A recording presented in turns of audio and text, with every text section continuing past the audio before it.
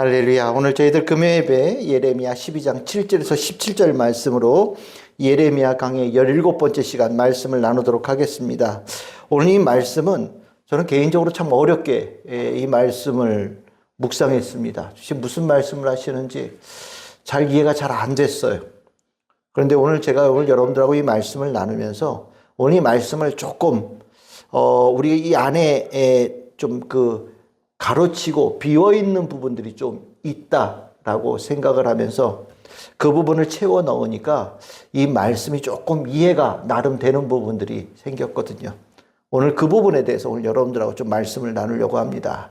우리가 지난 시간에 예레미야 12장 1절에서 6절에 보시면 이 예레미야가 정말 이해하지 못할 정도로 하나님께서 강하게 이 심판을 내리시고 또 그 정도까지 잘못하지 않은 것 같은데 뭔가 하나님께 좀 너무 강하게 다그치신다라는 생각들, 의로움에 대한 하나님의 강한 그 의심을 품면서 그 질문을 던졌던 거 우리가 나눴잖아요. 근데 하나님께서 그 질문에 대하여서 내가 너무 심했나? 뭐 이렇게 얘기하시면서 내가 얼른 다시 의로운 하나님임을 내가 너희들에게 증명하겠다 이렇게 말씀하시지 않고 오늘 보시면 읽었던 본문이 그 뒤에 본문인데 더 강하게 하나님께서 몰아치시는 부분을 보게 됩니다. 이 부분은 실은 예레미야가 예상하지 못했던 하나님의 말씀일 가능성이 굉장히 높아요. 근데 하나님께서 오늘 7절에 보시면 강조하는 부분이 있습니다. 내 집을, 내 소유를, 내 마음으로 사랑하는 것을 하나님께서 버리고 내던지고 원수의 손에 넘기겠다. 하나님께서 정말 아끼시는, 사랑하시는 그것을 정말 내던져 버려가지고 원수의 손에 넘기는 하나님께서 정말 자기의 집을 이렇게 대할 수 있을까? 자기의 소유를 이렇게 대할 수 있을까? 사랑한다고 하는 이들을 정말 이렇게 취급하실 수 있을까? 라고 생각이 되어질 정도로 정말 하나님께서는 아주 극렬한 분노, 심판을 행하시겠다라고 말씀하시거든요. 그러면서 8절, 9절에 이어서 보시면 시작할 때 다 내 소유가 이렇게 시작되어지죠. 내 소유가 이랬기 때문에 이런다. 9절에도 내 소유가 이랬기 때문에 내가 그런다 라고 말씀하셔요. 이제 8절에 보시면 내 소유가 숲속의 사자같이 되어서 나를 향하여 소리를 내므로 내가 그를 미워한다.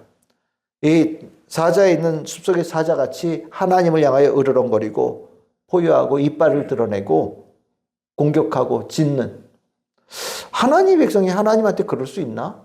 라는 생각이 들 정도로 정말 이해가 안 되는 부분들이 하나님께서 봤다라는 거예요. 그러면서 하나님께서 그냥 이것들을 다 내던져 버릴 거야 라고 말씀하셨다라는 겁니다. 그리고 9절에 보시면 이게 조금 표현이 애매한데 무늬 있는 매가 아니냐 이렇게 나오거든요. 무늬 있는 매라는 게 뭐냐면 섞인 거예요. 혼종이 되어져서 돌연변이 같이 된 걸 얘기하는 겁니다. 그래서 이 매인데 매들도 얘가 매인지 몰라. 혼종이 되어서 이자 돌연변이가 된 거예요. 공격당하고 하나님 보시기에 하나님 백성답게 사는 게 아니라 막 다른 것하고 막 섞여가지고 이도 아니고 저도 아니고 누가 보더라도 어떻게 하나님 백성이 그래? 라고 얘기할 정도가 되어져서 하나님께서 너무 화가 나가지고 이들을 버리시겠다. 내던져 버리겠다. 원수의 손에 넘기겠다. 라고 아주 하나님께서 분노가 이만큼 끌어온 걸 이렇게 말씀하시는 거거든요. 그러면서 그것이 이제 10절에서 13절로 이어지면 이 하나님께서 이렇게 심판을 내리시는 그 이유, 그 과정의 근원적인 그 하나님의 그 마음이 어떤가에 대한 부분이 나와요. 그게 뭐냐? 10절에 보시면 내가 기뻐하는 땅을 이들이 황무지로 만들어버려서 이 아름다운 땅이 황무지가 되어진 그 모습에 하나님께서는 아주 깊은 슬픔을 느꼈다라고 말씀하셔요. 슬퍼서 심판하신다라는 거예요. 여러분들 이 슬퍼서 심판하신다라는 거를 이해를 하셔야 되는 거예요. 하나님께서 슬프셔서 그 슬픔을 심판으로 표현하신다라고 말씀하시는 거예요. 이 슬픔이 얼마나 깊은 슬픔인지 13절에 보시면 분노가 생길 정도의 슬픔이다라고 얘기를 하셔요. 하나님께서는 좋은 땅을 주시고 무엇을 심든지 풍성하게 아름다운 결실이 맺어질 수 있는 땅으로 주셨는데, 만들어 놓았는데, 그 안에 사는 하나님의 백성이 정말 아주 이해 안 되는 짓만 해서 밀을 심어서 가시를 거두는 땅으로 만들어버리고, 뭐를 심어도, 아무리 좋은 것을 심어도 하나도 결실이 없는 땅으로 완전히 망가뜨린 그 모습을 하나님께서 보시면서 슬퍼하시고 분노하심으로 하나님께서 더 깊이, 더 크게, 더 강렬하게 하나님께서 심판을 행하신다라고 예레미야에게 말씀하시는 거예요. 저는 이 말씀을 이렇게 읽으면서 하나님께서 슬퍼하셔서 심판하신다라는 것을 어떻게 이해를 해야 되나? 우리가 이렇잖아요. 슬퍼해서 심판한다 그러면 우리 뭐라고 얘기할까요? 요즘에 하면 분노 조절 장애. 네? 아니, 그렇게 화가 제어가 안 되나?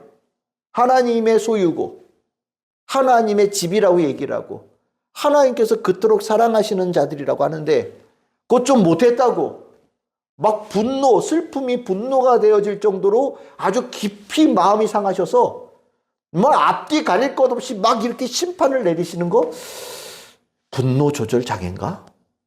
이런 생각이 들 수 있지 않겠습니까? 슬퍼서 분노하시고 심판이 되어지고 모든 것을 다 파괴한다라는 것은 정말 이해하기 어려운 이 말씀이거든요. 하나님께서 심판으로 하나님의 백성을 심판하실 때 그것이 분노의 표현이라는 것, 그 슬픔을 심판으로 나타내신다라는 것도 실은 잘 이해가 되지 않아요. 슬퍼하면 내가 너무 아프다 너희들 때문에 이 정도로 보통 표현하는 게 맞는데 슬프다고 모든 것을 다 때려 부시고 원수의 손에 넘길 정도가 되어지면 그걸 슬픔이라고 얘기할 수 있을까? 라는 생각도 들 수 있지 않겠습니까? 여러분들 어떻게 생각하십니까? 예레미야가 읽으면 읽을수록 어렵다라는 생각이 자꾸 들었어요. 왜냐하면 이게 기분, 하나님의 감정에 관한 부분들, 하나님의 그 기쁨, 하나님이 느끼시는 그 무언가에 대한 표현을 우리에게 전하다 보니까 예레미야도 그것을 우리가 알아들을 수 있게끔, 우리가 느낄 수 있게끔 최대한도로 우리에게 전달해 줬지만 우리가 하나님의 그 감정을 다 이해할 수 없는 것처럼 이 말씀을 통해서 하나님께서 이행하시는 것들을 우리가 다 이해한다는 건 참으로 어려운 일이거든요. 그래서 제가 예레미야를 이렇게 설교하게 되면서 야, 진짜 어렵네. 진짜 어렵네. 라는 생각을 점점 갖게 되어져요. 오늘 저는 여기에서 그걸 느꼈어요. 그럼 제가 다시 한번 질문을 던질게요. 슬퍼서 심판하신다. 이 안에 뭐가 있길래 슬퍼서 심판하실까요? 여러분들에게 생각해 보십시오. 내가 내 자녀에게 정말 내 자녀가 정말 슬픔을 줘요. 나에게. 슬픔을 줄 때 어떤 때 그를 향해서 징계를 내릴 것 같습니까? 이 안에는 성경 안에 정확하게 표현되지 않는 더 깊은 뭔가가 들어있는 거예요. 저는 그 부분이 뭘까 이렇게 고민하다가 이 단어가 들어왔어요. 기대감이라는 단어예요. 기대감. 하나님께서 이스라엘 백성들에게 엄청난 기대감을 가지고 계셨던 거예요. 그들을 구원하시고 입히시고 먹이시고 젖과 꿀이 흐르는 땅으로 인도하시고 하나님 말씀으로 그들을 먹이시고 가르치고 인도하시는 가운데 그들을 기르시는 가운데 하나님 그 일을 하시면서 하나님의 머릿속에 이들을 향한 큰 기대감을 가지고 계셨던 거죠. 근데 오늘 여기 보시면 이스라엘 백성들이 하나님의 그 기대감과 전혀 딴판인 모습으로 나아가는 그 모습을 보면서 하나님께서는 그들을 향하여서 그 기대감이 무너지는 슬픔을 하나님께서 깊이 상처로 받으셨다는 것을 오늘 예레미야에게 표현하신 것이 아닐까라는 생각이 들었어요. 예레미야가 계속해서 이해 못하는 게 뭐냐면 이 정도로 심판을 받을 만큼 이스라엘 백성들이 정말 심각한 죄를 졌습니까, 하나님? 잘 생각해 보십시오, 하나님. 이스라엘 백성들은요, 그래도 절반이라도 하나님 말씀 지켜요. 그런데 하나도 하나님 말씀 지키지 않고 하나님 모르고 살아가는 자들도 있습니다. 그들에 비하면 이들은 그래도 조금이라도 하나님을 인식하고 살지 않습니까? 그런데 하나님 어찌하여서 하나님 전혀 상관없이 살아가는 자들에 대하는 것보다 어떻게 이스라엘 백성들에게 행하시는 게 더 엄하시고 더 무서울 수 있습니까? 이거는 의로운 거하고 조금 결이 안 맞는 거 아닙니까? 라고 예레미야가 계속해서 질문을 던지는 거거든요. 근데 하나님께서 예레미야의 설득을 하셨는데 그 설득의 가장 깊은 곳에 나는 이스라엘 백성들에 대해서 대단한 기대감을 가지고 있었다. 특별한 기대감을 가지고 그들을 먹였고 입혔고 가르쳤다. 근데 이 기대감이 이렇게 수포가 되어지고 무너지는 거, 이 슬픔을 너는 못 느끼겠냐? 라고 예레미야에게 말씀하신 거죠. 그러고 나서 보니까 하나님께서 이스라엘 백성들에게 요구하시는 수준이요, 꽤 높아요. 혹시 그런 생각 안 들어보셨어요? 하나님께서 우리에게 요구하시는 수준이 꽤 높아요. 하나님께서 요구하시는 것, 우리 지금 예레미야에서 많이 나오지만 언약에 대한 충성. 도장 찍고 형식적이 됐든 뭐든 지키면은 그것도 의미 없는 건 아니잖아요. 근데 하나님은 언약 맺었으니까 너희들이 전심을 다해서 진심으로 하나님의 백성으로 살아가라고 하나님께서 아주 강력하게 요구하시는 거거든요. 야, 행동뿐만 아니라 난 너희들의 마음을 원해. 전부를 원해. 하나님께서 요구하시는 거예요. 이거 되게 수준 높은 거예요. 하나님 수준 높은 거예요. 그리고 그러지 못한다고 하나님께서 슬퍼하시고 계시는 거거든요. 또 있죠. 하나님께서는 제사보다 정의와 공의를 원한다. 나와서 예배 드리지 않는 사람보다 예배 드리는 것만 해도 대단한 거 아니에요? 구약 성경에 예배가 좀 복잡하고 좀 많습니까? 근데 하나님은 형식적인 예배, 난 그거보다 너희들이 그 예배를 드리고 나서 내 백성다운 모습으로 정의와 공의를 나타내는 백성으로 살아가는 모습이 있기를 원한다. 굉장히 수준이 높은 거예요. 정말 수준이 높은 거예요. 이뿐이에요? 하나님께서 우리에게 구별되어지는 삶을 요구하시잖아요. 난 너희들이 세상에 살면서 주일날 교회 와서 예배 드리는 것뿐만 아니라 평일에도 하나님 백성다운 구별되어지고 다른 자로 살아가기를 원한다. 거룩한 백성으로 살아가라는 요구를 하시죠. 높은 거예요, 수준이.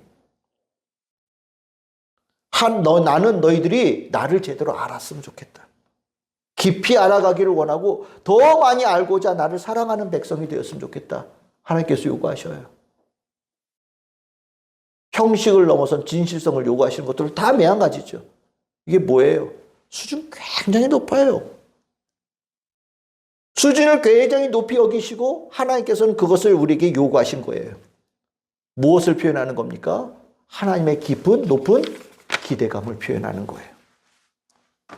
그러면 이 기대감을 이렇게 요구하시면서 하나님께서 그 기대감에 통하여서 하고자 하셨던 일이 뭘까? 이게 궁금해지는 거죠. 여러분들에 대해서 하나님께서 기대감을 가지고 계신단 말이에요. 저에 대해서 하나님께서 기대감을 가지고 우리 교회를 향해서 기대감을 가지고 있다고 칩시다. 기대감을 가지고 많이 요구하시고 그것을 할 수 있는 자, 그렇게 만들어가는 자의 은혜를 꽉 부어주신단 말이에요. 그러면서 우리에게 그 기대감에 충족되어진 모습을 도대체 뭘 원하시길래 그거 이루지 못했다고 이렇게 분노하시고 슬퍼하시고 심판까지 갈까 궁금해지잖아요. 그 내용이 오늘 읽었던 본문의 14절에서 17절이에요. 저 이 말씀 이해하는데 고생 좀 했습니다. 이 말씀을 보면 내용은 그래요. 그 열방을 향해서 얘기하는 겁니다. 열방이 지금은 이스라엘 백성들 징계하는 도구로 쓰임받지만 결국에 너희들이 이스라엘 백성처럼 되어지기를 원한다. 만약에 그러지 않으면 너희들도 이스라엘 백성들처럼 심판받을 것이다. 그 내용은 그런 것처럼 돼 있어요. 근데 이제까지 그 13절의 내용과까지의 내용과 14절 이하는 내용이 좀 다르잖아요. 그렇죠? 여기에 하나가 들어가면 좋겠어요. 그게 뭐냐면 여러분들 이 절에서 가장 중요한 데가 어디냐? 이게 열방을 향해서 얘기한 말씀이 아니라 이스라엘을 향하여서 하신 말씀이라고 본다면 어디가 포인트가 되냐면 16절이 포인트가 됩니다. 16절에 뭐가 나오냐면 그들이 내 백성의 도를 부지런히 배우며 나오죠. 그들이 누구예요? 열방이거든요. 그 열방을 뭘 한다고 해요? 내 백성이 가르치는 것을 너희들 배워야 된다. 이걸 이스라엘 백성의 입장에서 본다면요. 너희들은 열방에게 하나님의 도를 가르칠 선생이 되어야 된다라는 얘기를 하시는 거거든요.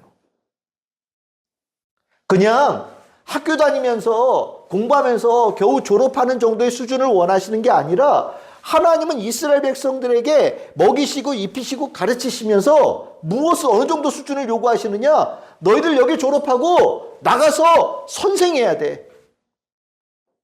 열방을 가르쳐서 하나님의 백성 만드는 스승의 역할을 해야 돼. 하나님은 그 기대감을 가지고 이스라엘 백성을 바라보셨다라는 거예요. 하나님의 꿈이 그런 거예요.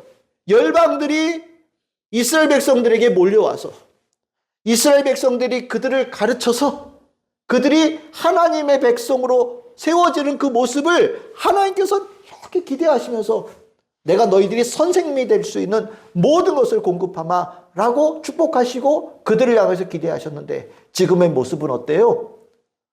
선생은 무슨 선생이요?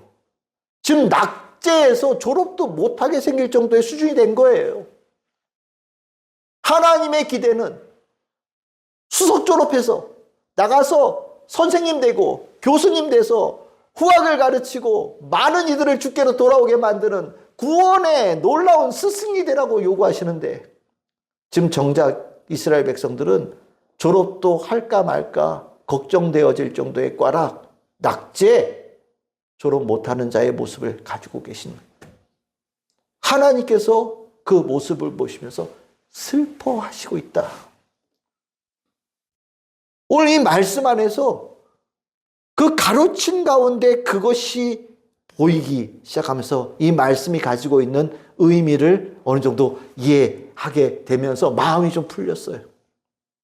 그리고 나서 보니까 여러분들 성경에서 이스라엘 백성들에게 하나님께서 어떤 백성이 되어야 된다라고 말씀하신 내용들 있잖아요. 너희들은 하나님의 성품을 이 땅에 드러나는 백성이 되어야 된다. 하나님께서 이스라엘 백성들에게 요구하시죠. 또 하나님께서 이스라엘 백성들에게 요구하시는 게 뭐예요?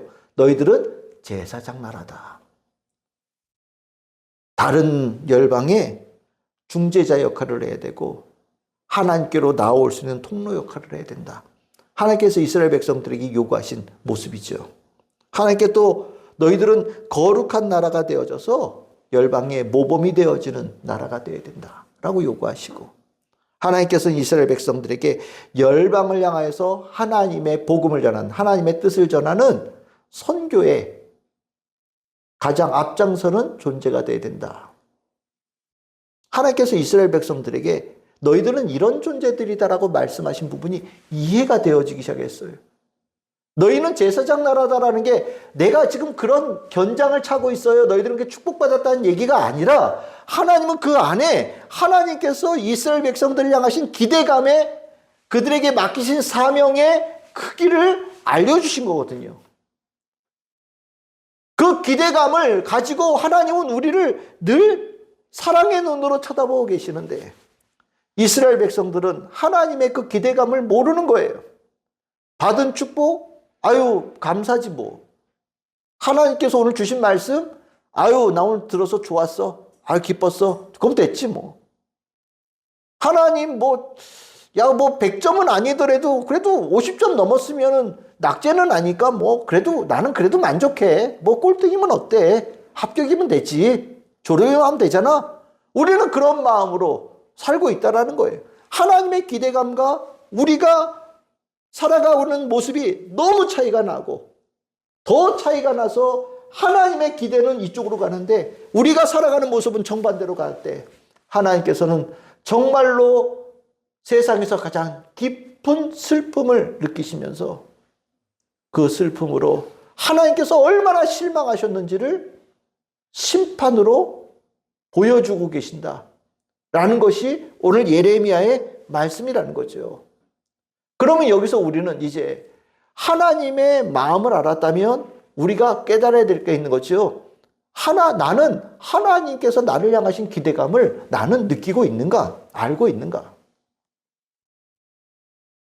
하나님께서 나를 먹이시고 입히시고 기르시면서 구원시키면서 날마다 나를 향해서 가지고 계신 그 기대감을 내 심령에 품고 있는가? 나는 그 하나님의 기대감에 걸맞은 자로 나아가고자 하는 그 모습을 나는 견지하고 있는가? 이거 돌아봐야 되는 거죠. 만약에 하나님의 기대는 이쪽인데 나는 하나님의 기대와 전혀 상관없는 자로 살든지 아니면 하나님의 기대를 저버린 자, 실망시키는 자로 되어진다면 이거는 죄를 지어서 심판을 받는 것이 아니라 하나님의 기대를 저버린 그 슬픈 하나님의 마음을 실망시킨 것으로 인하여서 우리는 그것으로 하나님께 징계받을 수 있다는 것을 우리는 오늘 이 말씀을 통해서 깨달아야 된다는 것을 오늘 여러분들하고 좀 나눠보자 한 거예요. 우리가 알아야 되는 겁니다. 저도 제가 이 기대감이라는 말씀을 묵상을 이렇게 하면서 내가 이거를 놓치고 있었구나 라는 생각이 들었어요. 한 번도 이 말씀을 보면서 그 느낌을 가진 적이 없었거든요. 이제까지 저는 6절까지의 말씀인가? 아니면 13절까지가 끊어지고 그 뒤에는 또 다른 말씀인가? 라고 생각을 하면서 읽었는데 오늘 읽다 보니까 아니에요. 1절서부터 17절까지가 하나의 말씀이에요. 이 안에 하나님의 기대감, 실망감, 슬픔, 분노. 결국 이 과정을 통해서 하나님께서 기대하시는 것은 하나님께서 나를 향해서 기대감을 가지고 있다는 것을 우리가 깨닫는 것. 그리고 다시 하나님께서 기대감을 가진 방향으로 우리가 삶의 방향을 돌이키는 것. 그리고 하나님께 기대하신 자만큼 우리가 성장하고 그 사명을 감당할 자들로 우리가 세워져 가는 것. 그것이 하나님께 기쁨이 되어질 뿐만 아니라 하나님께서 기뻐하신 자에게 주신 축복을 우리가 받는 중요한 길이라는 것. 저는 오늘 이 말씀을 통해서 우리가 그것을 깊이 느꼈으면 좋겠다라는 생각을 갖습니다. 어떠십니까? 오늘 말씀 그렇게 보이십니까? 저는 오늘 이 말씀 가지고 묵상하면서 실은 좀 씨름을 좀 했거든요. 다 기대가 있어요. 하나님은 우리를 향해서 기대가 있어요. 근데 많은 이들이 하나님의 기대를 몰라요. 작게 여겨요. 내가 원하는 것, 내가 소망하는 것은 이만큼 크게 여기는데 하나님께서 나를 향하신 기대감은 아주 자그마한 분량으로밖에 여기지 않아요. 그러면서 하나님의 뜻을 구하고 하나님의 계획을 구하고 하나님의 축복을 구하는 자로 하나님 앞에 서 있는 경우들이 너무 많습니다. 우리 교회에 대해서 하나님께서 기대를 가지고 계신 게 뭘까요? 하나님께서 우리 성도들에게 말씀을 주시며 은혜를 주시며 베푸신 이 축복 가운데 하나님께서 우리를 향하신 기대는 어떤 모습일까요? 우리는 그 기대감을 알고 있습니까? 또 그 기대하신 것을 하나님의 기쁨이 되어질 정도로 잘 수행하고 있습니까? 여러 가지 생각이 들었어요. 정말로. 오늘 말씀 묵상하면서 정말 여러 가지 생각이 들었습니다. 마음속으로는 부끄러움이 있고 회개가 있고 다시 한번 정신 번쩍 들어야 되겠다는 생각 들고 뭐 여러 가지 생각들 들었습니다. 저는 이 말씀이 우리가 다시 한번 깊이 뭔가를 생각해 봐야 될 중요한 주제로 여러분들에게 전합니다.